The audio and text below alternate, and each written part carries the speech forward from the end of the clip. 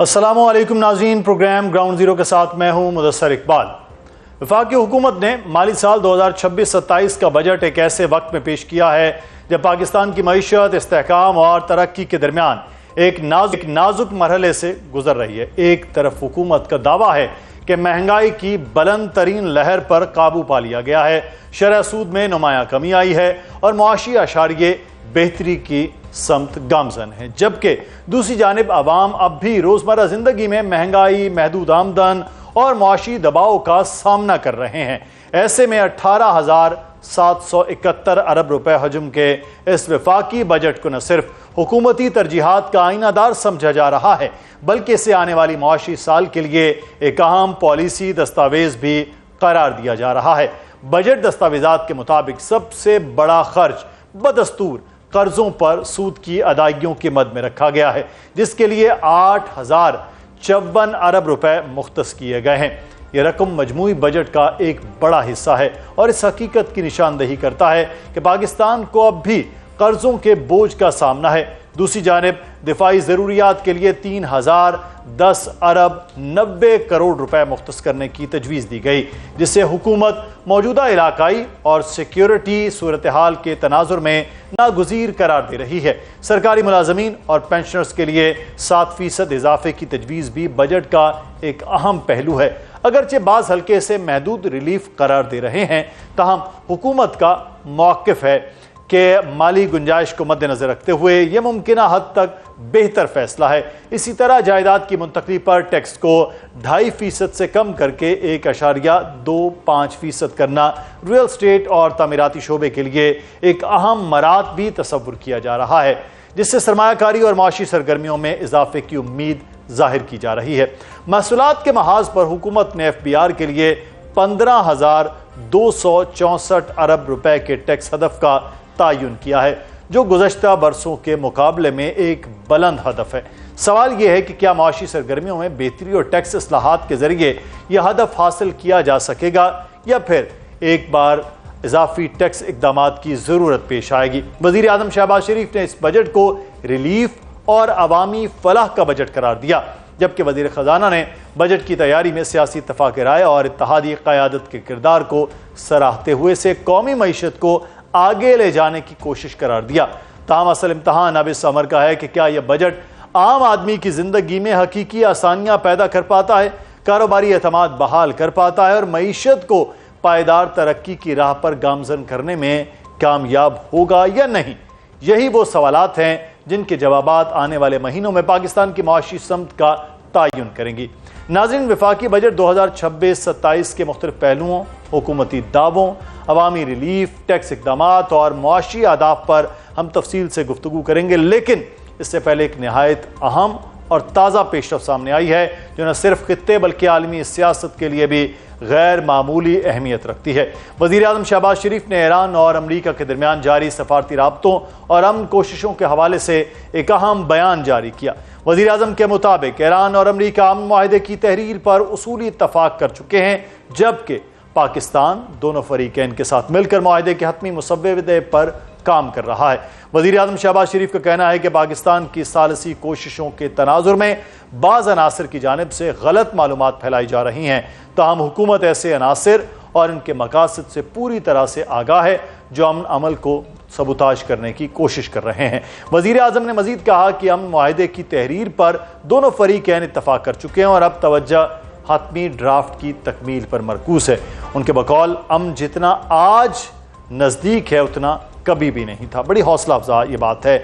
अगर ये पेशरफ्त अमली शक्ल इख्तियार करती है तो न सिर्फ मशरक़ वस्ता में कशीदगी में नुमाया कमी आ सकती है, बल्कि आलमी तवानाई, मंडियों, तेल की कीमतों, बैनुल-अक़वामी तिजारत और खित्ते की मजमूई सियासी मुआशी माहौल पर भी इसके दूररस असरात मुरतब हो सकते हैं। इसी अहम पेशरफ्त के तनाजुर में आज हम जानने की कोशिश करेंगे कि आलमी सतह पर मुमकिन इस्तेहकाम और पाकिस्तान के नए वफाकी बजट के दरमियान ताल्लुक बनता है और क्या हुकूमत मुआशी इस्तेहकाम के बाद अब तरक्की और सरमायाकारी के नए मरहले में दाखिल होने की पोजीशन में है। इस अहम पेशरफ्त पर बात करेंगे। हमारे साथ इस वक्त मौजूद हैं Anas Malik, bureau chief Asia one news हैं, अशफाक तोला साहब माहिर मुआशियात और टैक्स अमूर के बड़े माहिर हैं, उनका भी शुक्रिया अदा करेंगे, हमारे साथ मौजूद होंगे।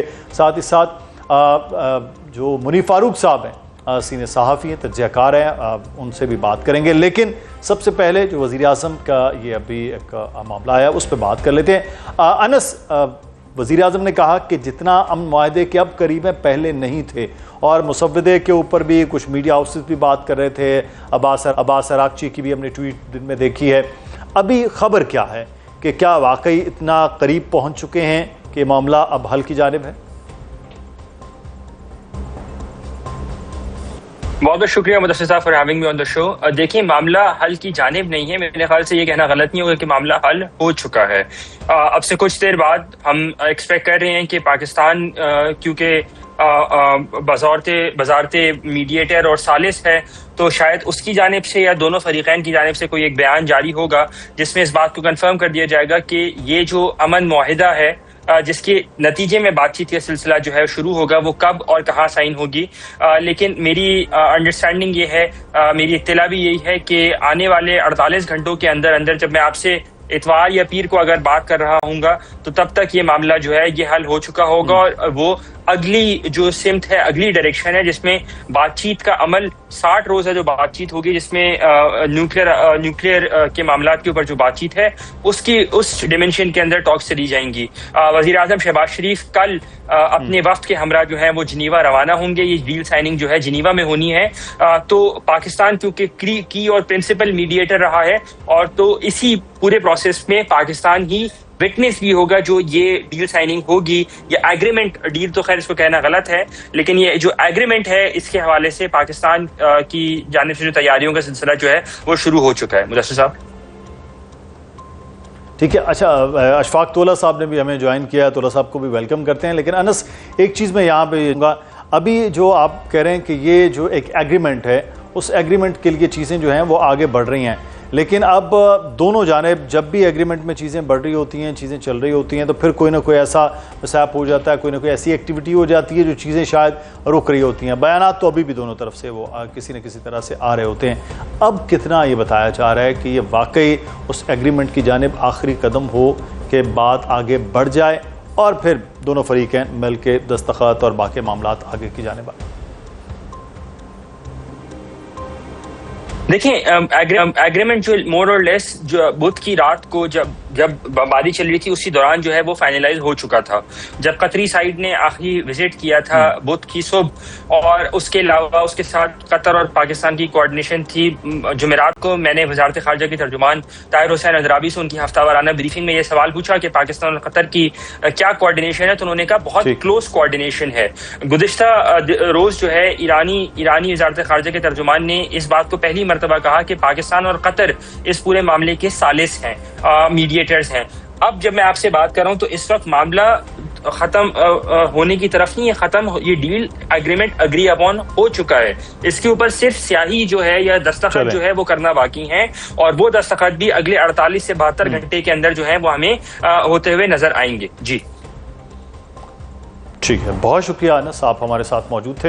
ये एक बड़ी अच्छी खबर है, और इस खबर के साथ अब आगे देखना है कि ये आलमी तौर पर किस तरह से असरअंदाज होती है। अशफाक तोला साहब माहिर माशियात और टैक्स अमूर के माहिर हमारे साथ मौजूद हैं।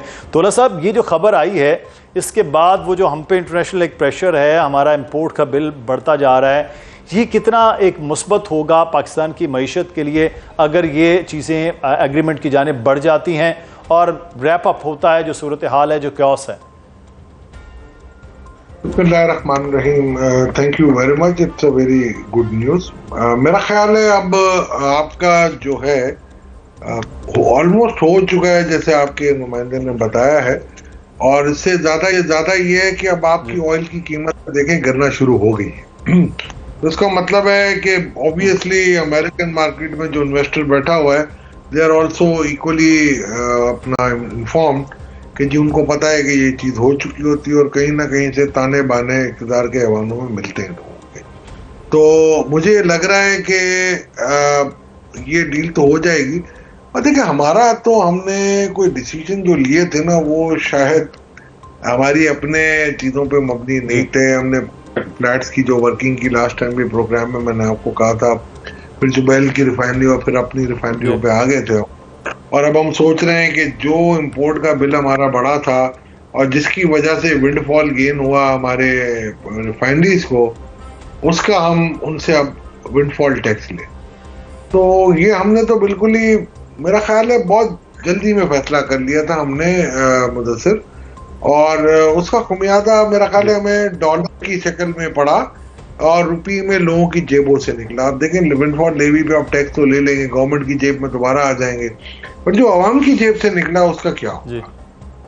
तो ये चीजें हैं। बाकी मेरा ख्याल है ये अब नॉर्मलाइज हो जाती है, बल्कि उससे सस्ते में आएंगी। और अब हम देखते हैं कि जितनी तेजी से बढ़ाई गई थी, और हम जब उस वक्त कह रहे थे कि स्टैगर करें, थोड़ा ज्यादा कम बढ़ाएं, उसके बाद फिर जब कमी हो तो थोड़ा आराम से कम कीजिएगा, तो इत्तेफाक से पूरी स्पीड से बढ़ाया गया था और फोर्थ गियर में डायरेक्ट ले गए थे। अब देखते हैं फोर्थ गियर में रिवर्सल आती है कि नहीं। अच्छा, पिछले प्रोग्राम में भी हम बात कर रहे थे जब अहदाफ के हवाले से 15,264 अरब का टैक्स हदफ है, किस हद तक आपको काबिल हुसूल नजर आ रहा है इशफाक भाई? आई डोंट थिंक इस वक्त तो मुझे लग रहा है कि 13,000 अरब की ये बात कर रहे हैं कि 12,093 अरब हम कलेक्ट कर पाएंगे। और अगर 13,000 अरब भी कर लिए तो आप समझ लें 12.5% का एडिशन करें तो 658 बिलियन के इनको नए टैक्सेस लगाने।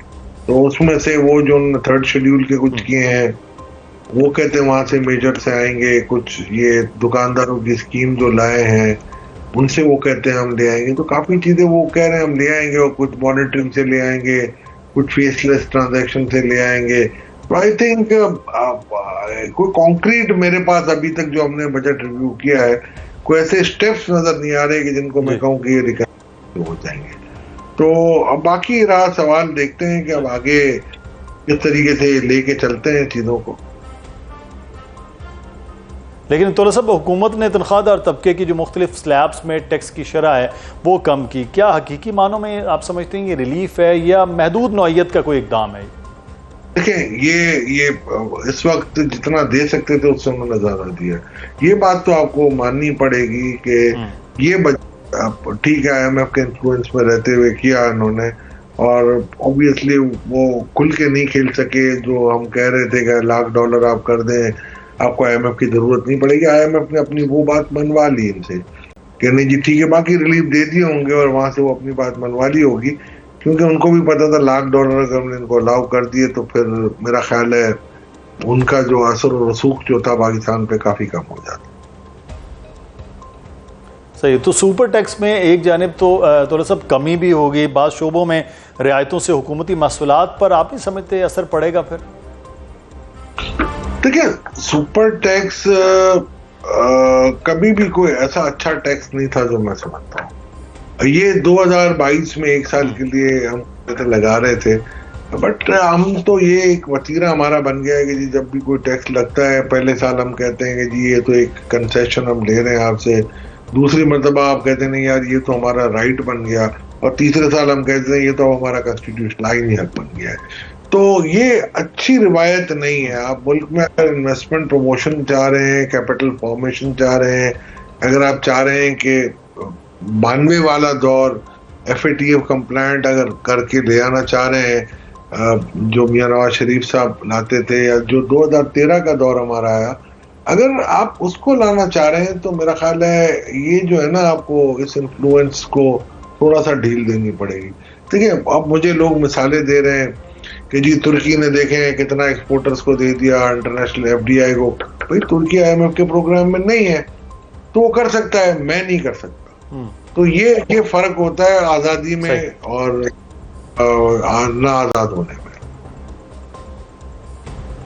अच्छा भाई, आप आज़ादी की तो बात वो कर रहे होते हैं ना कि हम बल्कि पूरे प्लान भी दे रहे होते हैं IMF से निकलने के, लेकिन थोड़ा सा मैं ये चीज़ आपके नज़दीक बजट की सबसे अहम जो टैक्स इस्लाह है वो क्या है, और कौन सा शोबा जहां हुकूमत मजीद जो है वो बेहतरी ला सकती थी लेकिन नहीं लाए इस बजट?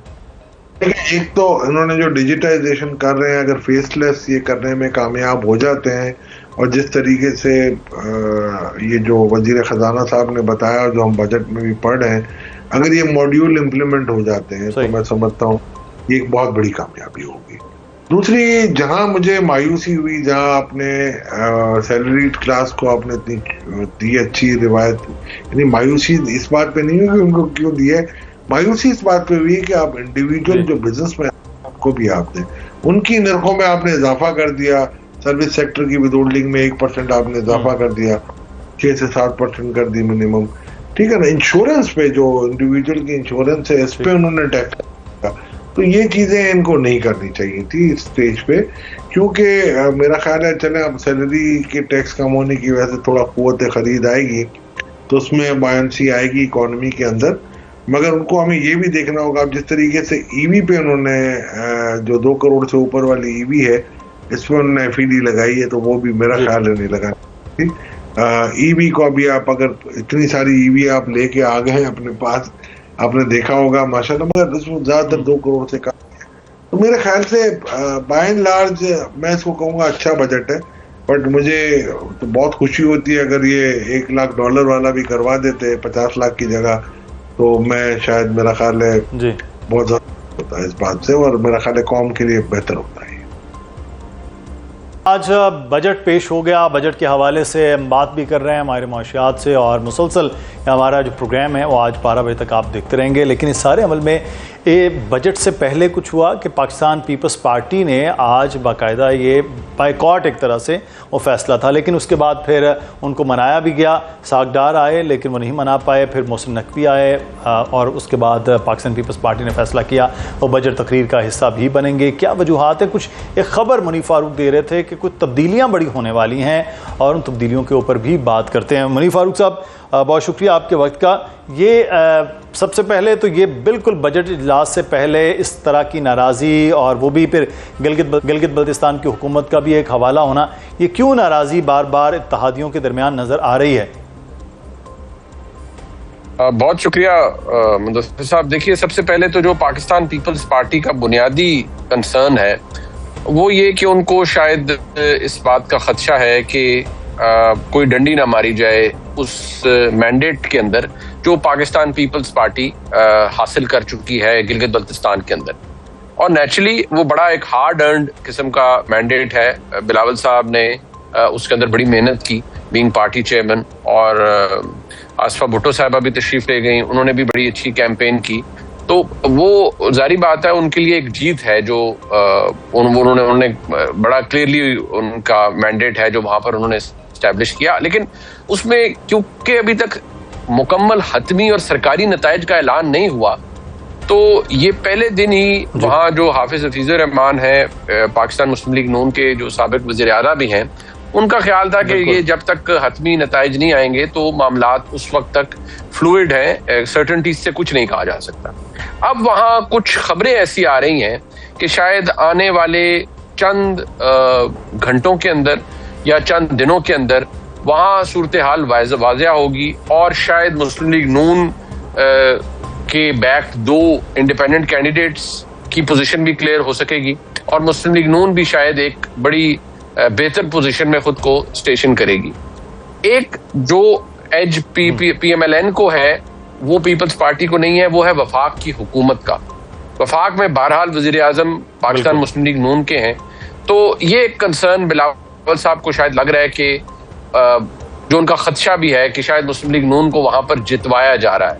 और जाहिर बात है वो फिर इशारों के नारों में भी और कई दफा डायरेक्टली भी इस बात का इजहार खलवत में जलवत में करते हैं कि शायद कोई खुसूसी फरिश्तों की सपोर्ट हासिल होगी मुस्लिम लीग नून को, और शायद वो ये चीज एप्रीहेंड भी कर रहे थे, वो इसको असेस भी कर रहे थे, और इसी वजह से शायद उनका ये कंसर्न एक है।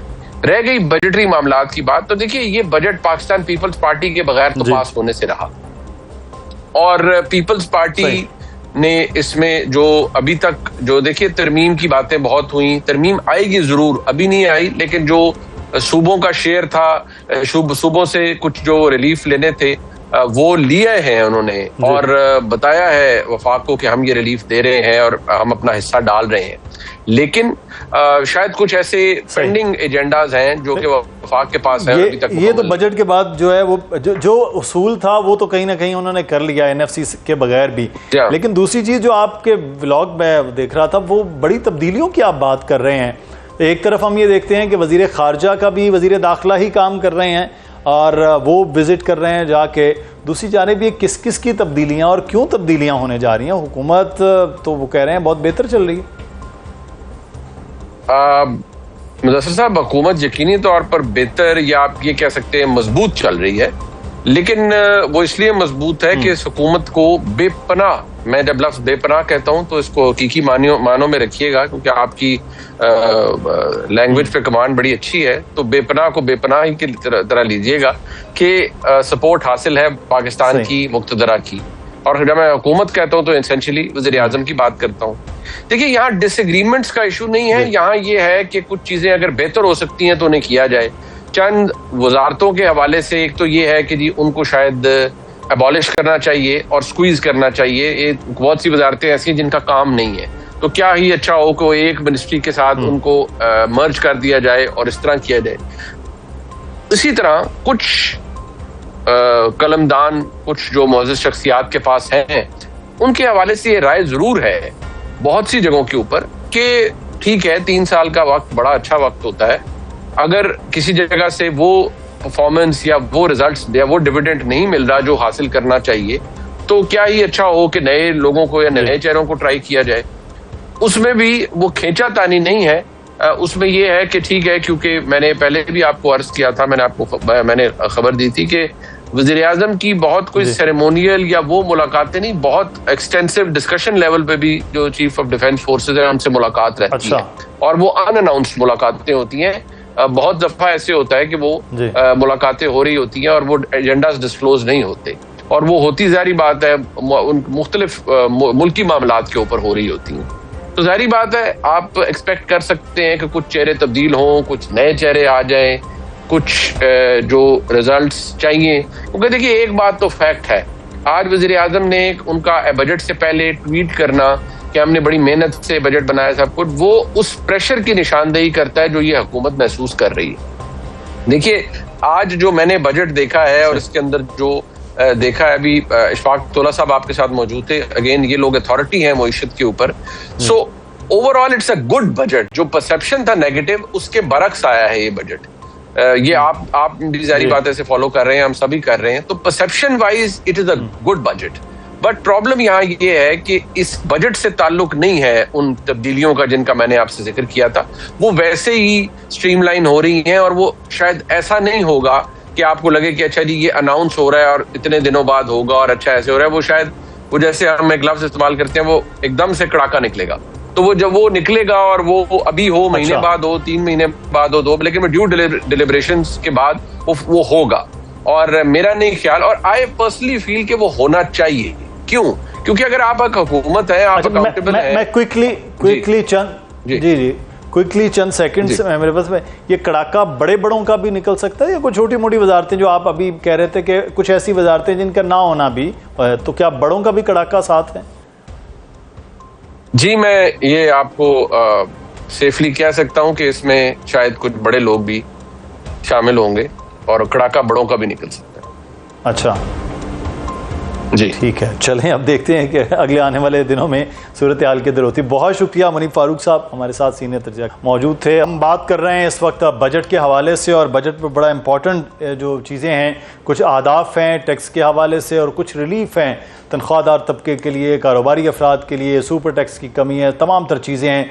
लेकिन सवाल वहीं पर मौजूद है कि पाकिस्तान जो है वो कहीं ना कहीं स्टेबिलिटी भी तो है, लेकिन ये जो इकनॉमिक ग्रोथ है उस जानिब नहीं जा पा रहे हैं। हमारे साथ डॉक्टर अली हसनैन साहब मौजूद हैं, हमारे मुआशियात हैं। बहुत शुक्रिया डॉक्टर साहब आपके वक्त का।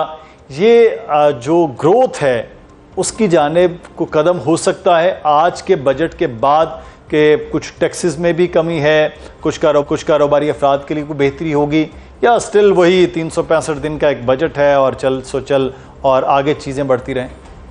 जी, सबसे पहले तो देखें, कोई भी किसी भी साल का बजट जो है ना, वो आपकी इकोनॉमिक प्रॉब्लम्स का सोल्यूशन नहीं होता, क्योंकि आपके जो गवर्नेंस रिफॉर्म्स की ज़रूरत है, चाहे वो आपके स्टेट ओन्ड एंटरप्राइजेस हो, चाहे आपकी बिजली चोरी ख़त्म करना है, चाहे टैक्स चोरी ख़त्म करना है, चाहे अपने डिस्ट्रिक्ट्स की गवर्नमेंट्स को बेहतर करना है, ये सारा प्रोजेक्ट पूरे साल का होता है, ये बजट से नहीं सॉल्व होता। दूसरी तरफ, क्योंकि हम अभी तक IMF के स्टेबलाइजेशन प्रोग्राम में हैं, हमारा कर्जा एक अनमैनेजेबल लेवल के ऊपर पहुंच चुका था और उससे कदरे बेहतरी की तरफ आया है।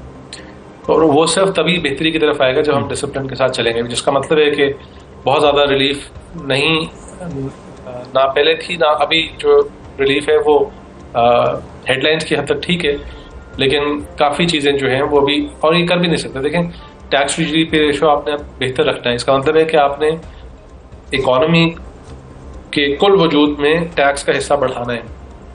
तो उसको बढ़ाने के लिए आप जब तक टैक्स बेस को नहीं बढ़ाएंगे, जब तक टैक्स नेट के अंदर ज़्यादा लोगों को नहीं लेकर आएंगे, तब तक आप किसी एक तरफ थोड़ी बेहतरी लेकर आएंगे, दूसरी तरफ तंगी लेकर आएंगे।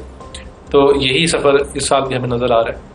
और ख़ास तौर पे जो मुझे लगता है ज़्यादा एक बड़ा कंसर्न है वो ये है कि हमने डेवलपमेंट स्पेंडिंग बिल्कुल ना होने के बराबर कर दी है। तो ये एक बहुत कंसर्निंग चीज़ है और इसका मतलब है कि हमें अगले 1-2 साल के अंदर वाकई कोई बड़ी चेंजेस दरकार हैं, वरना ये चीज़ें इनके हाथ से निकल जाएंगी। सही। लेकिन डॉक्टर साहब, एक चीज़ जो आप बात कर रहे हैं कि जीडीपी के भी और टैक्सेस के हवाले से हमने 7 साल में को 80% जो है वो रेवेन्यू का हदफ तो एफबीआर ने हासिल कर लिया, लेकिन जो जीडीपी की ग्रोथ है वो बमुश्किल 20% पे वो गई है। तो अब ये एक बहुत बड़ा गैप है। तो एक तरफ टैक्स आदाफ तो बढ़ते जा रहे हैं, उसको किसी न किसी तरह से अचीव भी कर लिया जाता है किसी हद तक, लेकिन जो दूसरी तरफ ग्रोथ है वो नहीं बढ़ पा रही। तो ये क्या दोनों के दरमियान फ़र्क है, इसको कैसे ओवरकम किया जा सकता है? और इस बजट पे ख़ास तौर पे इसके बाद कुछ बेहतरी आपको लगती है? देखें, एफबीआर जो है ना वो तकरीबन हर साल, बल्कि कई सालों में तो केक काटते हैं कि जी हमने अपना हदफ मीट कर लिया है, तो फिर टैक्स टू जीडीपी रेशो क्यों नहीं बढ़ता? उसकी वजह यह है कि इनके टारगेट्स के अंदर इन्फ्लेशन का कई दफ़ा एलिमेंट, तो जो ग्रोथ आती है वो इसलिए आती है क्योंकि आपकी पूरी इकॉनमी बढ़ रही है, उसके नंबर्स बढ़ रहे हैं। तो मैं नहीं समझता कि जब तक आपका 2 चीज़ें मैं आपको सिंपल बताता हूँ। एक ये कि आपका टैक्स टू जीडीपी रेशो वो एक बड़ा सिंपल सा रिजल्ट है, वो आपको बढ़ते हुए नज़र आना चाहिए, जो कि नहीं आ रहा। नंबर 2 ये कि उसके अंदर विद इन रेवेन्यू जो आपका परसेंटेजेस हैं वो इनडायरेक्ट टैक्सेस की कम होनी चाहिए और डायरेक्ट टैक्सेस की ज़्यादा होनी चाहिए। यानी कि आपसे जो इनकम टैक्स में वसूल करें वो ज़्यादा एक आपके मुल्क का तबका आना चाहिए जो कि इनकम टैक्स दे रहा हो, ना कि ये कि आप सेल्स टैक्स बढ़ा रहे हो, पेट्रोलियम लेवी बढ़ा रहे हो। तो हम इस वक्त देख रहे हैं कि इनकी रेवेन्यूज तो बढ़ गए, लेकिन वो एक टैक्स आर्किटेक्चर को ठीक करने की वजह से नहीं बढ़े, और वो जब तक नहीं होगा तो हम जाहिर है कि इकॉनमी उसी तरह चलती रहेगी। उसके बाद आपने सिर्फ टैक्सेशन नहीं है, टैक्सेशन आपसे आप अपने रिसोर्सेज इकट्ठे करते हैं टैक्सेशन से, उसके बाद आपने टैक्स के रिसोर्सेज को खर्चना है।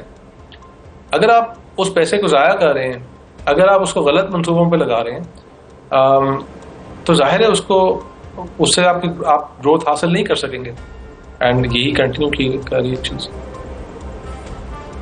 सही। अच्छा डॉक्टर साहब, एक चीज़ जो मैं जानना चाहूँगा, वफाकी अखराजात में सूदी अदायगियों का एक बहुत बड़ा जो है वो हिस्सा है। माशी पॉलिसियों के लिए ये कितना बड़ा चैलेंज है? देखिए, ये एक बहुत गहरा मसला है। इसके अंदर दोनों साइड जो हैं इनको संजीदगी से बैठने की ज़रूरत थी, अपने मसलों को करेक्ट तरीके से आइडेंटिफाई करने की, और वो माजरत के साथ मुझे होते हुए नज़र नहीं आया। आप सुबह से ये एग्रीमेंट ले लेते हैं कि वो अखराजात में कमी लेकर आएंगे, वो मतलब पहली नज़र में बहुत ज़रूरी इसलिए है क्योंकि फेडरल गवर्नमेंट लेती है IMF से कर्जे, प्रोविंस तो नहीं लेता। तो जब वो लेती है और फिर आपने जो कर्जे, जब आपने 70% टैक्स कलेक्शन जो है वो आपने कर्जे की अदायगी में लगानी हो या 80%, तो इसका मतलब है कि आप अपना मुल्क नहीं चला सकते। तो यहाँ तक तो बैठ के कुछ आपस में मिलजुल के चीज़ों के मसले का हल निकालना तो ज़रूरी था। लेकिन अगर इसका मतलब सिर्फ ये है कि आपने डेवलपमेंट स्पेंडिंग कम कर दी, तो डेवलपमेंट स्पेंडिंग कम करेंगे तो कल को आपका मुल्क कैसे ग्रो करेगा? अगर आप नई सड़कें नहीं बनाएंगे, नए पुल नहीं बनाएंगे, अगर आप फैक्ट्रियाँ नहीं लगाएंगे, अगर आप जो भी आपके स्कूल नहीं बनाएंगे, आप नए अस्पताल नहीं बनाएंगे, अगर नए पुलिस स्टेशन नहीं बनाएंगे, इन चीज़ों की वजह मुल्क नहीं ग्रो कर सकता। और वो तो आप वक्ती तौर पर इसको सॉल्व कर रहे हैं। इसके लिए एक, जिसको फिस्कल फेडरलिज्म कहते हैं, यानी कि आपके पास एक फॉर्मूला क्रिएट होना चाहिए कि हमने प्रोविंसेस को कितनी जिम्मेदारी देनी है, अजला को कितनी रिस्पॉन्सिबिलिटी देनी है, जो कि कोई सूबा अपने अजला को अपनी तहसीलों तक डिवोल्यूशन नहीं कर रहा। और जो फेडरेशन है उसकी जिम्मेदारियां किधर हैं। वो सिर्फ ये नहीं कि वो एक मैंडेट, एक डायरेक्टिव दे रहा हो, उसने जो अपनी मिनिस्ट्रीज बंद करनी है, उसने जो अपने पैसे बचाने हैं, उसने जो अपने डिस्कोज के अंदर जो आपके लाइन लॉसेज हो रहे हैं, जो आपके स्टेट ओन्ड एंटरप्राइजेस में जो लॉसेज हो रहे हैं, उसकी जिम्मेदार तो फेडरल गवर्नमेंट है, तो उसको भी ठीक करने की जरूरत है और उसके ऊपर बिल्कुल बात नहीं हो रही। अच्छा, एक चीज़ जो मैं आपसे जानना चाहूँगा, प्राइवेट सेक्टर जो लेड ग्रोथ है उसकी कोई वाज़ेह हिकमत अमली इस बजट में आपको नज़र आई है? देखिए, प्राइवेट सेक्टर क्या है? प्राइवेट सेक्टर आपका सिर्फ स्टॉक एक्सचेंज वाला फर्म नहीं है, वो सिर्फ 8 या 10% है, आपकी पूरी मईशत है। जी हाँ। और पूरी मईशत की हेल्थ के लिए रिक्वायर्ड है कि आप किसी एक इंडस्ट्री को या किसी एक टाइप के फर्म को सिर्फ बेनिफिट नहीं देते, आप एक एनवायरनमेंट क्रिएट करते हैं। वो एनवायरनमेंट मेरी नज़र में होते हुए नहीं नज़र आ रही मुझे। आप इन्वेस्टमेंट्स देखेंगे कि पाकिस्तान की इन्वेस्टमेंट्स टू जीडीपी रेशियो जो है वो 14% पर है, उसमें से 7-8% है जो रेमिटेंसेस में आता है। यानी कि पाकिस्तान अपने बॉर्डर्स के अंदर, जो हम लोग जहाँ पाकिस्तान में जो बैठे हुए पाकिस्तानी हैं, वो 100 में से सिर्फ 6 रुपए सरमाया बचा के इन्वेस्ट कर रहा है कि कल को कोई हमने सनतकारी करनी है, कल को हमने कोई मशीन लगानी है, कुछ और ऐसा करना है। और इसमें ये बात नहीं है कि हम लोग हैं बड़े फजूल खर्च लोग हैं। ये एक मैक्रो इकोनॉमिक चीज़ होती है जिसके अंदर आपकी बैंकिंग सेक्टर को इम्प्रूव करना, ग्रो करना, और उसके साथ साथ एक स्टेबिलिटी क्रिएट करना, और गवर्नमेंट के जो फिस्कल डेफिसिट है वो भी उसके अंदर शामिल होता है, उसको कम करना। ये 2-3 चीज़ें हैं जो बड़ी बड़ी जो आपने करनी है अगर आप अपना इन्वेस्टमेंट रेशो बढ़ाना चाहते हैं। उसके बगैर ग्रोथ नहीं हो सकती, उसके बगैर प्राइवेट सेक्टर नहीं ग्रो कर सकता। हाँ, आप एक सेक्टर को, एक इंडस्ट्री को, एक शहर को फेवर दे देंगे, लेकिन आपकी मईशत बहैसियत कुल एक होल के तौर पर ग्रो नहीं कर सकती जब तक आप इसको ठीक नहीं करेंगे, और इसके ऊपर कोई बात ही नहीं करता। सही, बिल्कुल। अच्छा, आप आज के बजट के हवाले से कि IMF के प्रोग्राम में रहते हुए हुकूमत का ये बजट, डॉक्टर साहब कहाँ रेट करेंगे आज के इस बजट को कि IMF की भी एक जो पाकिस्तान के साथ है रिलेशन इस बजट के साथ, और पाकिस्तानी हुकूमत के ऊपर भी, और आलमी तौर पे इस वक्त जो एक पूरा प्रेशर है पाकिस्तान के रुपए पे भी, और इंपोर्ट बिल बढ़ा हुआ है, उसमें कहाँ रेट करते हैं? ये आप लोग ना टीवी चैनल्स पे रोज़ बैठ के ये कहते हैं, और सियासतदानों ने इस चीज़ को बढ़ाया हुआ है कि जी आपका IMF ने ये कर दिया। IMF को कौन लेकर आता है? हुकूमत लेकर आती है। हम डिफॉल्ट करने लगे हैं, प्लीज़ आके हमें बचाओ। बिल्कुल। तो हुकूमत तो हमारी है, हम डिफॉल्ट पे कहाँ से पहुंचे थे? क्योंकि आपने उतना खर्चा था जितना आपके पास टैक्स कलेक्शन नहीं हुआ था। उसका जिम्मेदार कौन है? हम खुद हैं। तो IMF जब आती है, IMF के और मसले जरूर हैं, लेकिन वो टेक्निकली कई दफा बहुत सही चीजें कर रहे होते हैं। वो आपको क्या कह रहे हैं? वो आपको कह रहे हैं कि आपने अपने ऊपर कर्जा जमा कर लिया है, अब इस कर्जे को अदा करने के लिए आप अपने जो आप जमा कर रहे हैं उसको बढ़ाएं और जो खर्च रहे हैं उसको कम करें, यही कहते हैं ना। तो हम IMF को किस बात पे कसूरवार ठहरा रहे हैं? कसूर तो हमारा अपना है। उसको ठीक करने के लिए हमें एक थोड़ा मतलब होश में आना पड़ेगा कि भाई ये हुआ कैसे, हमने कर्जा बढ़ा कैसे लिया इतना ज्यादा, हमारी क्या वो गलती है, हमने अपना डिसिप्लिन किस तरह क्रिएट करना है, हमने अपनी टैक्सेशन किस तरह बेहतर करनी है, हमने अपने नॉन फाइलर को किस तरह संभालना है। ये जब तक हमारा मुल्क सियासी तौर पर और इनफरादी तौर पर खुद जिम्मेदारी नहीं लेगा, IMF कुछ नहीं हमारा करेगी। और IMF हमारे लिए सिर्फ नहीं है, पूरी दुनिया के लिए। तो हम क्यों 25वीं दफा उनके पास गए? ये कम्प्लीटली गलत है कि हम IMF को ब्लेम करें। उनके मसाइल अपनी जगह, वो एक अलग बहस है, लेकिन जिम्मेदारी सिर्फ और सिर्फ पाकिस्तान की अपनी है। हम सॉवरेन कंट्री हैं, हमें अपने मसाइल को खुद हल करना है। बिल्कुल, और ये ज़रूरी है, और हुकूमत को इस जानिब ही तवज्जो करना है, क्योंकि इस प्रोग्राम से निकल के खुद कहते हैं ना कि अपने पाँव पे खड़ा होना, यानी कि खुद कफ़ील होना, वही बेहतरी हो सकती है। बहुत शुक्रिया डॉक्टर अली हसनैन साहब, हमारे मौशियात हमारे साथ मौजूद। बात कर रहे हैं इस वक्त पाकिस्तान में आज आने वाले बजट के हवाले से, और कुछ चीज़ें बड़ी इम्पॉर्टेंट हैं इस बजट में। पिछले चंद सालों से, स्पेशली जब से ये गवर्नमेंट थी, जब ये इकट्ठी थी गवर्नमेंट, फिर पाकिस्तान मुस्लिम नून की गवर्नमेंट आई, मुसलसल ये तो बात हो रही है कि पाकिस्तान इस्तेहकाम में है, लेकिन ग्रोथ की जानिब नहीं जा रहे। अब की बार कुछ चीज़ें ऐसे इकदाम हुए हैं, स्पेशली टैक्स नेट को बढ़ाने के हवाले से, जो सैलरी क्लास है उसके टैक्स का जो स्लैब है उसको कम करना, और साथ ही साथ कुछ चीज़ें ऐसी नज़र आ रही हैं जिससे लग रहा है कि शायद अब ग्रोथ की जानिब जाएंगे। लेकिन वो जो कहा जाता है ना कि बूम एंड बस्ट की सिचुएशन ना हो, ये कैसे होगा? साथ ही साथ पिछले आपको याद होगा चंद महीने पहले बाकायदा काबीना को जब बताया गया कि ये अगर ईरान और अमेरिका की जंग रहती है, इंटरनेशनल सिनेरियो ये रहता है, तो पाकिस्तान कहाँ पे माशी तौर पर खड़ा होगा। डॉक्टर अली सलमान साहब ने एक ब्रीफ किया था, फिर हमारे प्रोग्राम में भी उन्होंने बड़ा क्लियरली इस चीज़ को वाज़े भी किया था कि सूरत हाल क्या होगी। अब बजट और इंटरनेशनल सिनेरियो पाकिस्तान में क्या कोई तरक्की की सूरत हो सकती है, बात करेंगे। डॉक्टर अली सलमान साहब हमारे साथ मौजूद हैं, माहिर मौशियात हैं, CEO हैं प्राइम इंस्टीट्यूट के। बहुत शुक्रिया डॉक्टर साहब आपके वक्त का। आपने सर एक सिनेरियो बिल्ड किया था उस वक्त के, एक अगर इंटरनेशनल सिचुएशन ये रहती है और अब सूरत हाल ये है कि पाकिस्तान के दरामदी तेल उसी तरह से है, रेमिटेंस में कमी हो रही है क्योंकि खलीज की इशूज़ हैं, एक्सटर्नल अकाउंट भी वैसा नहीं है, तो ऐसी सूरत हाल जो अब नॉर्मल अगर नहीं होती और अगर नॉर्मल हो जाती है, इस सिचुएशन में ये बजट कैसा नज़र आया आज का आपको? जी बहुत शुक्रिया जी अपने प्रोग्राम में मदऊ करने के लिए। उस वक़्त भी हमने कुछ इन्हीं खदशात का इजहार किया था जिनका आपने अभी दोबारा जिक्र किया। तो हम अगर बजट के ऊपर आए, जो अभी तक समझ में आया, क्योंकि बजट थोड़ी देर पहले ही पेश हुआ है और बजट से मुतल्लिक जो इम्पोर्टेंट डॉक्यूमेंट्स हैं वो भी अभी तक पब्लिश नहीं हो सके, लेकिन बजट स्पीच हमने सुनी है और वो सारी चीज़ें जो टैक्स मेजर्स हैं, मेरा ख्याल है हुकूमत ने मौजूदा हालात में एक बेहतर बजट पेश किया है, क्योंकि जो टैक्सेस का बोझ था वो प्राइवेट सेक्टर के ऊपर भी बहुत ज़्यादा है और सैलरीड इंडिविजुअल्स की भी बहुत ज़्यादा है।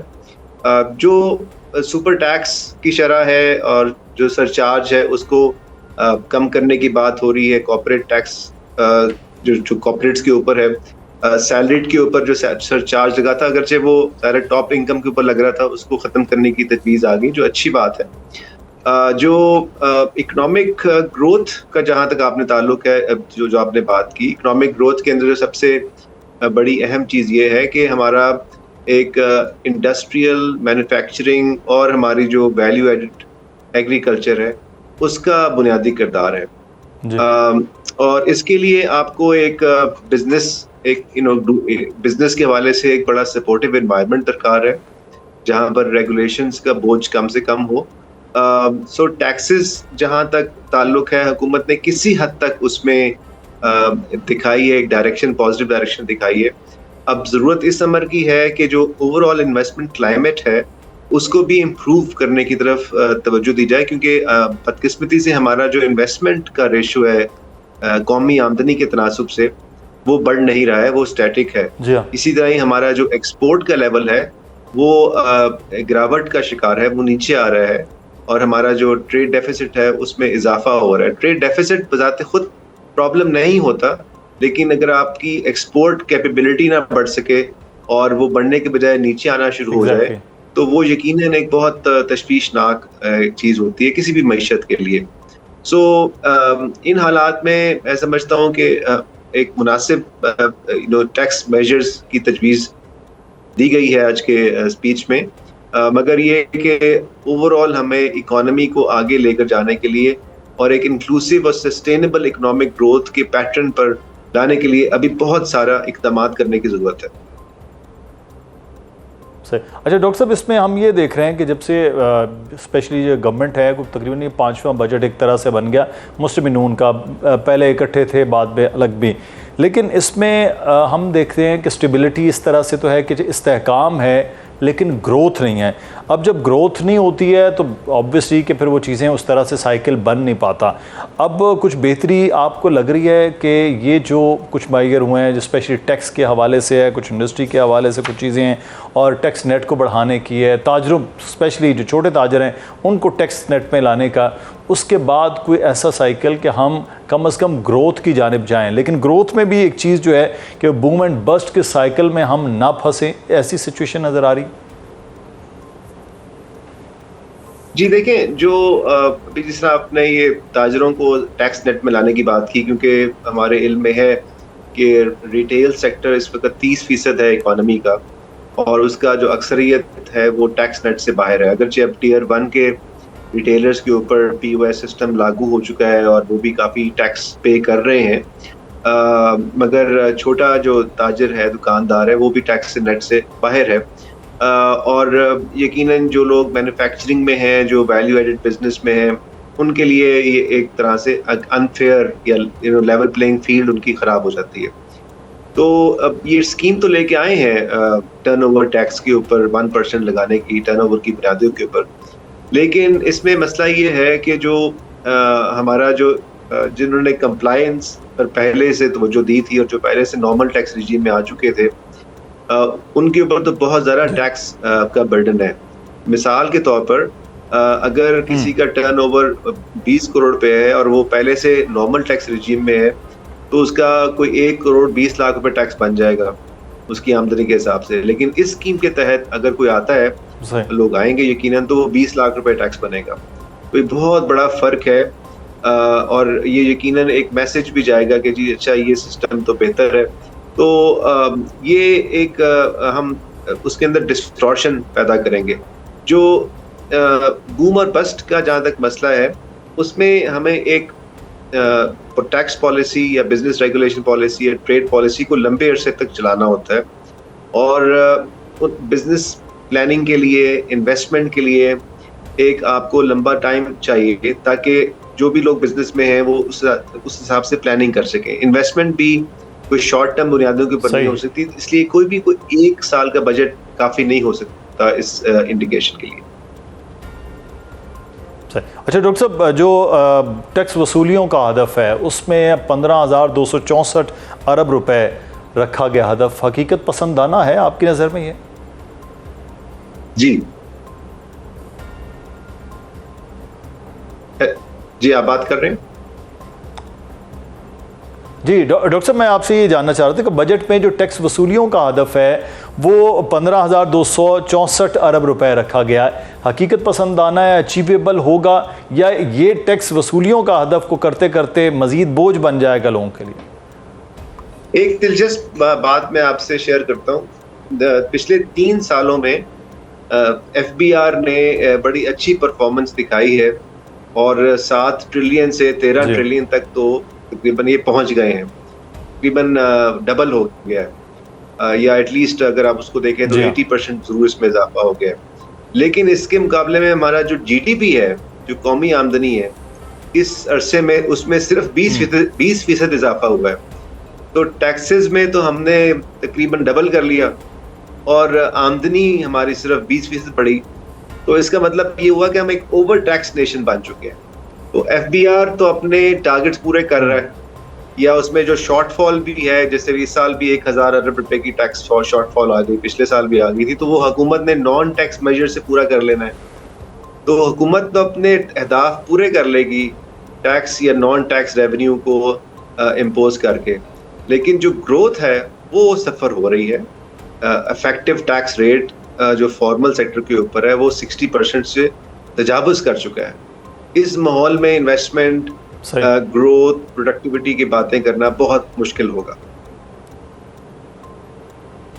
अब डॉक्टर साहब, आखिर में मैं आपसे जानना चाहूँगा, इस बजट में कोई एक बहुत अच्छी चीज़ जो आपको लग रही है और एक बड़ी खामी जो इस बजट में नज़र आई है जिसको बेहतर किया जा सकता था, दोनों चीज़ें, कोई एक खूबी और एक खामी? जी मेरा ख्याल है जो इसका जो प्लस फैक्टर है वो तो यही है कि इसमें फाइनली जो एक्स्ट्रा टैक्स लगाए गए थे, और इसमें एक चीज़ का मैं इजाफा करूंगा कि इस बजट में जो एक अच्छी चीज़ है कि एक्सपोर्टर्स के ऊपर डबल किस्म के टैक्सेस लगाए गए थे। वो एडवांस इनकम टैक्स भी दे रहे थे, वो नॉर्मल टैक्स भी दे रहे थे, वो मिनिमम टैक्स भी दे रहे थे। तो उसमें से जो एडवांस टैक्स है उसका खात्मे की तजवीज़ है, और दूसरा जो टैक्स है उसको थोड़ी सी शरह उन्होंने बढ़ाई है, लेकिन एटलीस्ट जो टर्नओवर के ऊपर टैक्स हम एक्सपोर्टर से ले रहे थे वो ख़त्म हो जाएगा इसके बिल की मंजूरी के बाद। जो इसमें नेगेटिव चीज़ है किसी हद तक वो यही है कि हमें जो टैक्स सिस्टम को सिंप्लीफाई करना है, हार्मोनाइज करना है, अक्रॉस बोर्ड उसको इक्वल ट्रीटमेंट के तहत लेके जाना है। उस तरफ मुझे अभी पेशरफ नज़र नहीं आ रही है। हुकूमत टेक्नोलॉजी की बेसिस के ऊपर कंप्लायंस फोकस्ड है। हुकूमत टैक्स के निज़ाम को ठीक करने के लिए अभी तक वाज़े लाए अमल देने में नाकाम रही है। सही, हम बात कर रहे हैं आज के बजट के हवाले से, और हुकूमत दावा ये कर रही है कि बजट बहुत ज़्यादा बेहतर है। कुछ माहिर माशियात भी ये बात कर रहे हैं कि कुछ ना कुछ रिलीफ है, लेकिन वहीं है मामला के इस्तेहकाम के साथ साथ क्या ग्रोथ भी होगी, और हुकूमत का एक और दावा, उस दावे के हवाले से बात करेंगे। हमारे साथ माहिर माशियात हारून शरीफ साहब मौजूद हैं। हारून शरीफ साहब, बहुत शुक्रिया आपके वक्त का। और सर, हुकूमत दावा कर रही है कि महंगाई 38% से कम होकर सिंगल डिजिट में आ गई है। क्या ये बेहतरी पायदार है या आर्जी अवामिल का नतीजा है जिसका हुकूमत दावा कर रही है? जी, महंगाई बिल्कुल नीचे आई है, लेकिन एक साल में नहीं आई है, 2-2.5 साल में आई है। पूरे IMF के प्रोग्राम का भी इसके अंदर हाथ है, ग्लोबल इवेंट्स का भी है, लेकिन पिछले 4 माह के अंदर जो गल्फ की ईरान की वॉर है उसकी वजह से दोबारा ऊपर जानी शुरू हो गई है। इतनी नहीं जाएगी, लेकिन अपवर्ड उसका ट्रेंड दिखाई देता है। और आपने देखा, क्योंकि पाकिस्तान एक ऑयल इंपोर्ट डिपेंडेंट मुल्क है, तो उसका इम्पैक्ट तो आना ही था और वो नज़र आ रहा है। जहाँ तक बजट का ओवरऑल ताल्लुक है, बजट जो है वो एक स्टेबलाइजेशन की पॉलिसी का तसलसल है, और पाकिस्तान ट्रेडिशनली IMF के प्रोग्राम के तीसरे साल के अंदर 3 से 4% की ग्रोथ तक जाता है। आगे जाने के लिए जब तक मईशत का ढांचा नहीं तब्दील किया जाता, ट्रेडिशनली पाकिस्तान इसको मजीद आगे भी नहीं ले जा पाता, और हमारी इकोनॉमी इसको सस्टेन भी नहीं कर पाती। सही। अच्छा, एक चीज़ जो मैं नंबर सर देख रहा था, वो आप जैसे अब उस्ताद ही बताएंगे, 18,771 अरब रुपए का ये एक बजट है, जिसमें से तकरीबन 8,054 अरब कर्ज़ों का हजम है। तो क्या ये जो बजट है ये तो बैरूनी कर्ज़ों के ऊपर इन्हिसार ज़्यादा नहीं हो गया है कि हम ले रहे हैं और चीज़ें चल रही हैं? 8,054 अरब बहुत एक बड़ा फिगर है। ये 2 करेक्शंस। पहली करेक्शन है कि इन्हिसार अंदरूनी कर्जों पर बैरूनी से ज्यादा है। जो हमारा इंटरनल बोरिंग है लोकल, वो तकरीबन 60% से ऊपर है और बाहर के कम है। दूसरी चीज इसके अंदर ये है कि आप बिल्कुल ठीक कह रहे हैं, ये बहुत ज्यादा है। यूनाइटेड नेशंस की डेफिनेशन के मुताबिक किसी भी मुल्क का बजट अगर 25 से 30% सूद की और कर्ज की अदायगी पे जाता है तो उसको डेट स्ट्रेस्ड कंट्री कहा जाता है। हम तो 50% पर है, इंडिया 26% है, बांग्लादेश 13% है, तो हमारे कंपेटिटर्स जो हैं वो कहीं नीचे हैं। अब ये सूद, ये जो हम जो कर्ज को खत्म करने के, कम करने के 2 ही तरीके हैं। एक तरीका है कि आप इसको इन्वेस्टमेंट से रिप्लेस कर दें, दूसरा तरीका ये है कि हुकूमत अपने अखराजात कम कर ले। दोनों काम unfortunately as one would have liked नहीं हो पा रहे। सर, एक जो चीज़ हमें PSDP में 1,000 अरब रुपए जो है वो रखा हुकूमत ने, तो ये जो पैसा है आप समझते हैं इक़्तिसादी नमू को मतलूबा हदफ तक ये ले जाने के लिए काफ़ी है? और इस वक्त सिचुएशन भी आपके सामने है। जी देखें, नंबर्स जो हैं वो इतना मतलब नहीं रखते हैं कि कितना रखा गया है। हिस्टोरिकली जब कभी ज़रूरत पड़ती है तो PSDP को कट कर दिया जाता है ना। सो प्रेडिक्टेबिलिटी ऑफ नंबर नहीं है। ज़्यादा इंपॉर्टेंट चीज़ ये है जिसकी बात नहीं होती कि ये PSDP से आप अचीव क्या करना चाह रहे हैं। अगर तो हमने ट्रेडिशनल इंफ्रास्ट्रक्चर के अंदर लगा देना है, सड़कें बनानी है, कनेक्टिविटी पे लगे रहना है, तो उससे ना जॉब क्रिएट होंगे ना इंडस्ट्रियल ग्रोथ आएगी।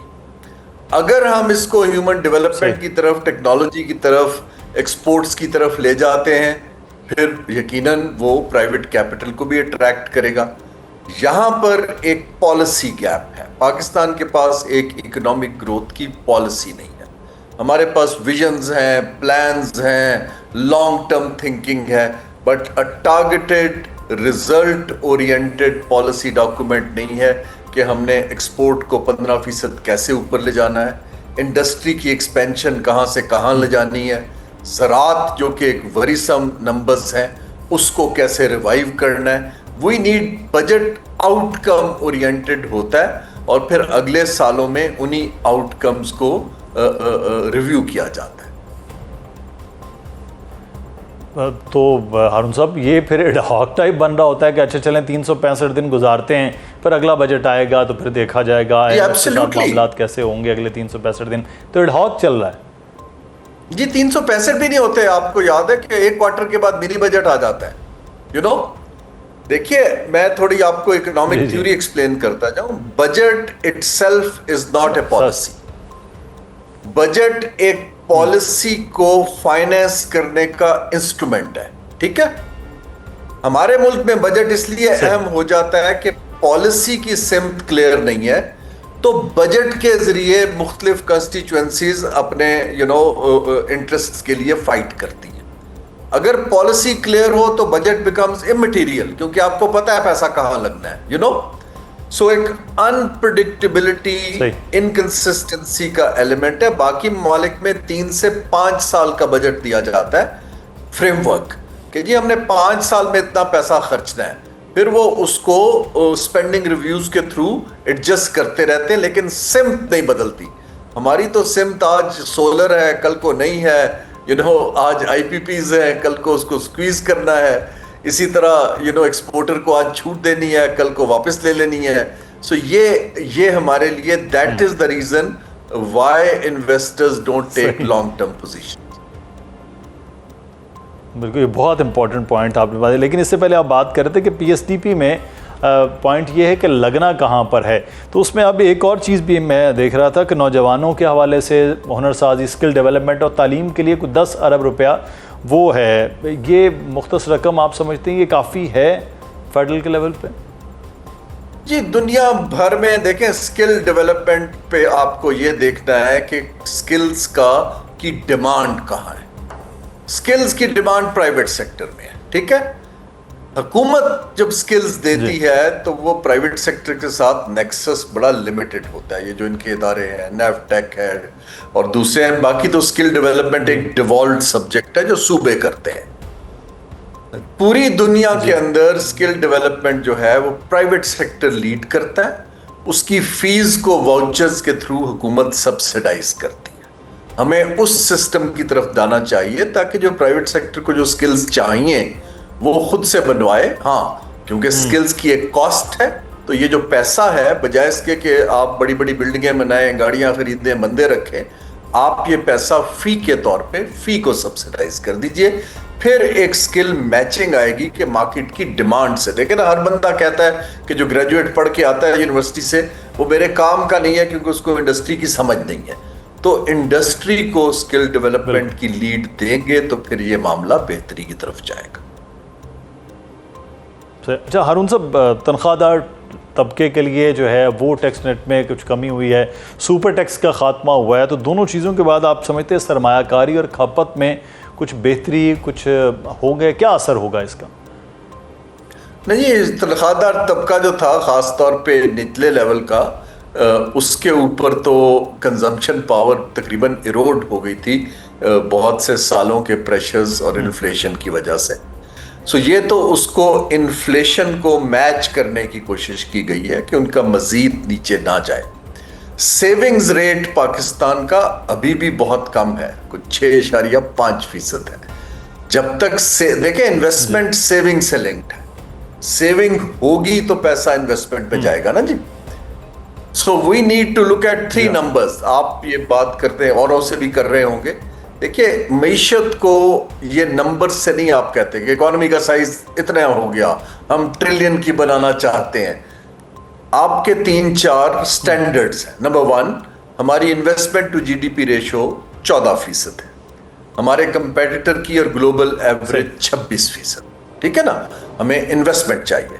हमारी एक्सपोर्ट टू GDP रेशो कोई 6.5% है, बाकी ममालिक की 45% है। हमारा सेविंग्स रेट 6% है। So we need to look at these numbers के इस बेस लाइन को अब आगे कैसे लेके चलना।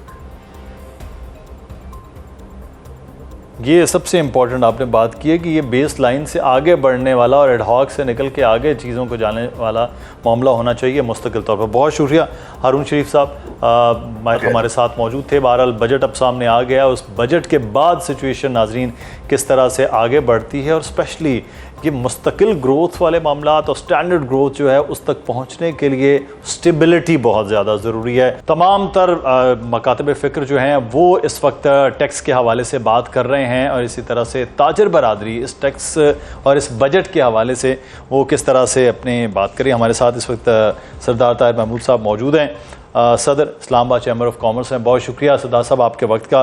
सबसे पहले तो आज ये बताएं कि हुकूमत ने सुपर टैक्स में कमी और फिर प्रॉपर्टी ट्रांसफ़र टैक्स में कमी का ऐलान किया है।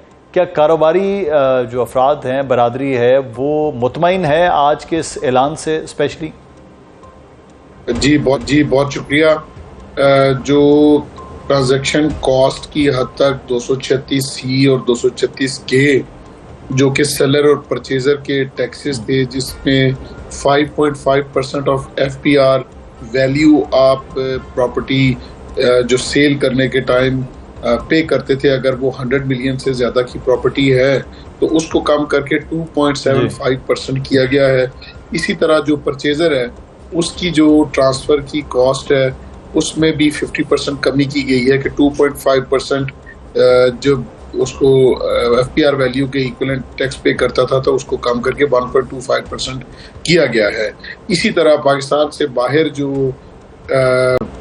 एसेट से CVT उनके ऊपर से कम करके उसको ख़त्म किया गया है। 1% थी फॉरेन एसेट के ऊपर कैपिटल वैल्यू टैक्स, उसको भी ख़त्म किया गया है। तो ये अच्छे इक़दामात हैं जिसकी वजह से ट्रांजैक्शन कॉस्ट जो है वो कम होगी।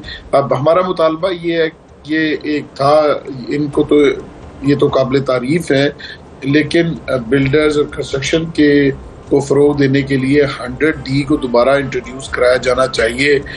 100D एक फिक्स टैक्स था जो कि बिल्डर्स के ऊपर लगता था, पर स्क्वायर फीट के हिसाब से उनको एक टैक्स पे करना पड़ता था, जो वो over the period of 3-4 years वो अपना जमा करवा देते थे, तो कोई एम्बिग्विटी नहीं होती थी।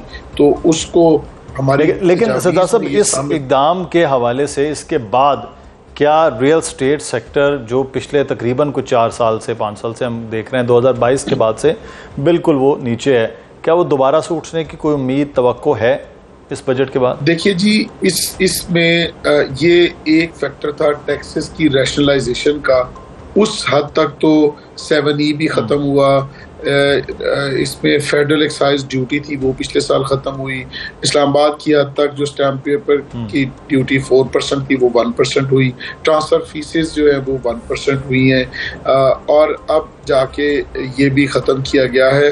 तो ये तो अच्छे इक़दाम हैं, लेकिन यहाँ से आगे मूव करने के लिए और इस सेक्टर को चलाने के लिए ज़रूरी है कि जो जितनी भी डेवलपमेंट अथॉरिटीज़ हैं उनको पाबंद किया जाए कि वो वक्त पे लोगों को हॉरिजेंटल और वर्टिकल जो डेवलपमेंट्स कर रहे हैं उन मास्टर डेवलपर्स को फैसिलिटेट करें और उनको वक्त पे उनकी अप्रूवल्स मिले, ताकि नेक्स्ट फेज में वो लोग दाखिल हों और वहां पर कंस्ट्रक्शन की एक्टिविटी स्टार्ट हो, जिसकी वजह से 60 से 70 इंडस्ट्रीज जो अलाइड इंडस्ट्रीज हैं वो चलेंगी, और जब वो चलेंगी तो तब आपको रेवेन्यू के अहदाफ पूरे होते हुए नजर आएंगे। और जो ग्रोथ आपने पिछली दफा 4.5% तामीराती शोबे के लिए रखी थी, सरदार साहब साथ ही साथ एक और चीज़ भी है कि बिल्डर्स भी अपने टाइम पे और अपने वादे के मुताबिक लोगों को वो जो है वो मुहैया भी कर दें जो उनका वादा होता है कि इतने साल में ये चीज़ बन जाएगी। लेकिन वो हमने पाकिस्तान में 10-10 साल से प्रोजेक्ट चल रहे हैं, और आपको पता है वो इस्लामाबाद से लेकर तो कराची तक वो बंद पड़े हुए हैं इस वक्त। वो बहुत सी वजूहात बताते हैं कि जी ये हो गया, वो हो गया। मैं आपको बताता हूँ, एक तो ये है कि 1 लाख रुपए टन से स्टील जो है वो 2.5 लाख रुपए टन के ऊपर चला गया। जिन लोगों ने 6,000, 7,000, 8,000 रुपए पर स्क्वायर फीट पे अपने प्रोजेक्ट सेल किए थे, उनके लिए वो प्रोजेक्ट बनाना और कंप्लीट करना जो है वो मुमकिन नहीं रहा। इसके बावजूद हम यहाँ कौन सा बैंक फाइनेंस करता है कंस्ट्रक्शन की एक्टिविटी को? इस 12-13% के ऊपर कौन ये लोन लेके और कंस्ट्रक्शन कर सकता है? यहाँ या आपको अपनी क्रेडिबिलिटी के ऊपर प्रोजेक्ट के लिए पैसा मार्केट से लेना पड़ता है, या अपने रिसोर्सेज से आप वो प्रोजेक्ट्स बनाते हैं। इन सब कामों के लिए आप कैटेगराइज करें कैटेगरी ए में उन डेवलपर्स, मास्टर डेवलपर्स को रखें जिनका प्रूवन ट्रैक रिकॉर्ड है डिलीवरी का और बहुत से प्रोजेक्ट उन्होंने बनाए, वक्त पे डिलीवर किए। फिर कैटेगरी बी में आप आ जाएं, वो लोग हैं जिन्होंने अच्छा परफॉर्म किया, और फिर कैटेगरी सी में न्यू एंट्रेंट्स है। इसी हिसाब से कवानीन भी बनाए, जो ए कैटेगरी के लोग हैं जिन्होंने लाखों लोगों को आबाद किया है उनको फैसिलिटेट करे काम करने में, और जो लोग काम नहीं जानते उनको उनके ऊपर जरूर पाबंदियां भी लगाएं, उनको एस्क्रो अकाउंट्स खोलें ताकि वो लोग पैसा जो है वो कहीं जाया ना कर सके। तो ये सारी चीजें हो सकती हैं दुनिया में। ये सारे मॉडल्स पहले बने, फेल हुए, फिर इवेंचुअली वो ऐसे मॉडल की तरफ आए जो कि कामयाब है। आप दुबई की एग्जांपल ले लें, 2008-9 के रिसेशन के बाद उन्होंने अपने कवानीन में तब्दीली की, रियल एस्टेट रेगुलेटरी अथॉरिटीज बनाई, DLD बनाई, और आज वो एक मॉडल सक्सेसफुल है। पाकिस्तान में 2022 में रीरा का कानून बन गया था, लेकिन उसको कानून को अभी तक वो शेल्फ के ऊपर है। कोई रेगुलेटर होना चाहिए, कोई एक रेगुलेटर हो जहाँ पे बिल्डर, डेवलपर, उसके अलावा कस्टमर, रियल्टर, सब लोग जहाँ पे रजिस्टर्ड हों, और जो अच्छी शोहरत के लोग हैं उनको आप फैसिलिटेट करें, उनको वन विंडो सोल्यूशन प्रोवाइड करें। अब प्राइम मिनिस्टर साहब ने 1 करोड़ पे तक सब्सिडाइज, ये कारोबारी तौर पर आसानियां अगर बनाई जाएं, आप सही वो कह रहे हैं कि उससे बेहतरी हो सकती है। लेकिन एक और चीज़ जो आज के बजट के हवाले से है, FBR के 15,264 अरब रुपए का हदफ रखा गया है। ये टैक्स के हुसूल में कारोबारी तबके पर प्रेशर नहीं बनेगा, आप समझते हैं? देखिए जी, पिछला टारगेट भी अचीव नहीं हो पाया और अब उसमें 14% का मजीद इजाफा कर दिया गया है। तो मैं समझता हूँ कि उसके लिए कोई रोड मैप हमें नजर नहीं आया कि किस तरीके से ये रेवेन्यू के अहदाफ पूरे होंगे। पिछले आप अगर जो इकोनॉमिक रिपोर्ट देखें तो उसमें भी आपको जो 4.2% ग्रोथ आपने एक्सपेक्ट की थी, उसमें से 3.7% आप अचीव कर सके हैं। इसी तरह इस दफा आपने उस 4.2% से भी कमी की है अपने टारगेट में, और 4.1% आपने उसको टारगेट रखा है। इसी तरह बाकी जो अहदाफ थे वो भी आपने अभी तक $28 बिलियन हम अचीव कर सके हैं एक्सपोर्ट्स के अगेंस्ट। तो गवर्नमेंट चाहती थी कि एक्सपोर्ट लेड इकोनॉमी डेवलप की जाए, लेकिन इस बजट में हमें कोई ऐसी खास चीज नजर नहीं आई जो एक्सपोर्ट को सपोर्ट कर सके, कॉस्ट ऑफ डूइंग बिजनेस को कम कर सके, और लोग जो हैं वो एक्सपोर्ट की तरफ कंपेटिटिव हो सके खित्ते के बाकी ममालिक के साथ। तो मैं समझता हूँ ऑल इन ऑल इस बजट में जो सुपर टैक्स में कमी की गई है उस हद तक तो एक ये काबिल सताइश बात है, लेकिन इसमें मजीद जो है वो कॉर्पोरेट टैक्स को कम करने की जरूरत थी। जब आप कॉर्पोरेट टैक्स कम करेंगे तो फिर इकोनॉमिक एक्टिविटी ज्यादा जनरेट होगी। आप AOP के ऊपर 45% ले रहे हैं, उसको कम किया जाना चाहिए। इनकम के ऊपर जो टैक्स है वो 62% है, उसको कम करने की जरूरत है, ताकि अब आप अगर चाहते हैं कि ग्रोथ का बजट हो तो फिर ग्रोथ का बजट ऐसे ही है कि टैक्स रैशनलाइजेशन हो, जिसकी वजह से लोग कारोबार करें। लोकल इन्वेस्टर जब फायदा उठाएगा तो फौरन आपकी जो डायरेक्ट इन्वेस्टमेंट है वो भी आएगी, बाहर के जो इन्वेस्टर्स हैं वो भी अट्रैक्ट होंगे जब यहाँ के लोग एक नफा कमा रहे होंगे। तो आप इतने टैक्सेस के साथ, मतलब ये है कि टैक्स का जो हदफ है वो बढ़ता जा रहा है और GDP का उस तरह से हम आगे नहीं बढ़ पाए हैं, तो उसको रैशनलाइज करना ज़रूरी है। लेकिन एक चीज़ जो है वो है निजकारी से ये कहा जा रहा है कि 161 अरब रुपए वो आमदन होगी गवर्नमेंट को, लेकिन इसके साथ साथ ये आप समझते नहीं निजकारी अगर ये होती है तो निजी शोबे के लिए नए से नए मौके पैदा होंगे? जी अच्छी बात है जी कि SOE जो हैं वो उनका हमें आज तक तो कोई फायदा नजर नहीं आया। गवर्नमेंट का काम ही नहीं है कि वो बिजनेस करे। अब मैं यहाँ अगर एग्जांपल आपको दूं, जैसे PIA सेल हो गया तो हमारे ऊपर एक इजाफी बोझ था जो खत्म हुआ। इस प्राइवेटाइजेशन की पॉलिसी को न सिर्फ जारी रहना चाहिए बल्कि इसको एक्सपीडाइट करना चाहिए, ताकि ये डिस्पोज वगैरह सारे जो हैं उनको आप गवर्नमेंट का काम सिर्फ उसकी रेगुलेशंस बनाना, उसकी मॉनिटरिंग करना और लोगों को ग्रोथ के मौके पैदा करना है लोगों के लिए। प्राइवेट सेक्टर का काम है कि वो मुल्क की इकोनॉमी को चलाए। आप अगर प्राइवेट सेक्टर सेंट्रिक और बिजनेस सेंट्रिक पॉलिसीज बनाएंगे तो ही हम कामयाब हो सकते हैं। 28 बिलियन अभी तक हमने एक्सपोर्ट किए हैं, ये शायद एक 2 बिलियन और ऊपर चली जाए। टारगेट था 35.3 बिलियन का, उसको आपने कम करके 32.9 बिलियन का अभी टारगेट जो है वो आपने रखा है। तो हम कब तक डिपेंड करते रहेंगे कि हमारी जो रेमिटेंसेस हैं वो हमें सपोर्ट करती रहेंगी। 41-42 बिलियन डॉलर जो है वो हम एक्सपेक्ट कर रहे हैं कि वो आएंगे। तो हर दफ़ा अब ये गल्फ वार की वजह से शायद ये इम्पैक्ट आया है, तो शायद वो उस तरह से ना आ सके जब तक हम कंड्यूसिव एनवायरनमेंट मुल्क में नहीं देंगे ताकि लोग अपना सरमाया पाकिस्तान में मुंतकिल करें। ये हमने जो डॉलर है इसके ऊपर नजर रखने की जरूरत है कि जो बजट भी कैलकुलेट किया गया है, मेरा ख्याल है आज 278 रुपए डॉलर है, तो अगर इसको डी वैल्यू किया गया आगे मुस्तकबिल में जाकर और उससे किसी एक सेगमेंट को तो फायदा हो सकता है, लेकिन ओवरऑल हम अगर देखें तो उससे ज्यादातर ओवरऑल इकोनॉमी को। अच्छा, मैं सरदार साहब आखिर में आपसे जानना चाहूंगा, चैम्बर ऑफ कॉमर्स की बजट से मुतालिक सिफारिशात बहुत थी, कौन सी तजवीज है जो शामिल नहीं की गई है? आपके ख्याल में होती तो बेहतर था। जी देखिए, ये कॉर्पोरेट टैक्स को कम करने की, उसके अलावा जो इंडिविजुअल के ऊपर टैक्स है, इनकम टैक्स है, वो कम करने, AOP के ऊपर काम करने की ज़रूरत है, ये चीज़ें। और एक्सपोर्ट के लिए कोई फोकस्ड और टारगेटेड लोगों को इंसेंटिव देने की ज़रूरत है ताकि वो बिजली की जो कॉस्ट है 12 सेंट के ऊपर, उसकी वजह से, और खित्ते में हाफ प्राइस है इसकी, तो उस वजह से लोग मार्केट को compete नहीं कर पाते और पाकिस्तान की जो एक्सपोर्ट्स हैं वो उस तरह नहीं हो पा रही हैं।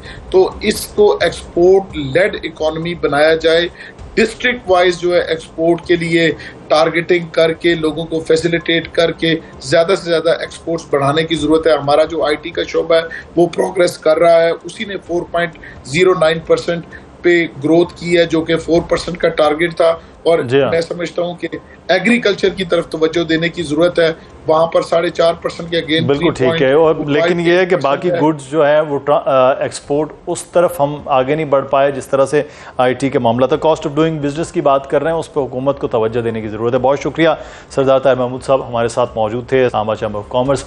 नाज़रीन, ये बजट तो आ गया है, लेकिन अब मामला ये है कि हर दिन और हर रात एक आम आदमी के लिए इस बजट के बाद अगर आसानी होगी तो ही हुकूमत समझें कि कामयाब हो सकती है। अगर उनके लिए मज़ीद मुश्किलात होंगी आवाम के लिए तो हुकूमत के लिए भी वो चैन नहीं है।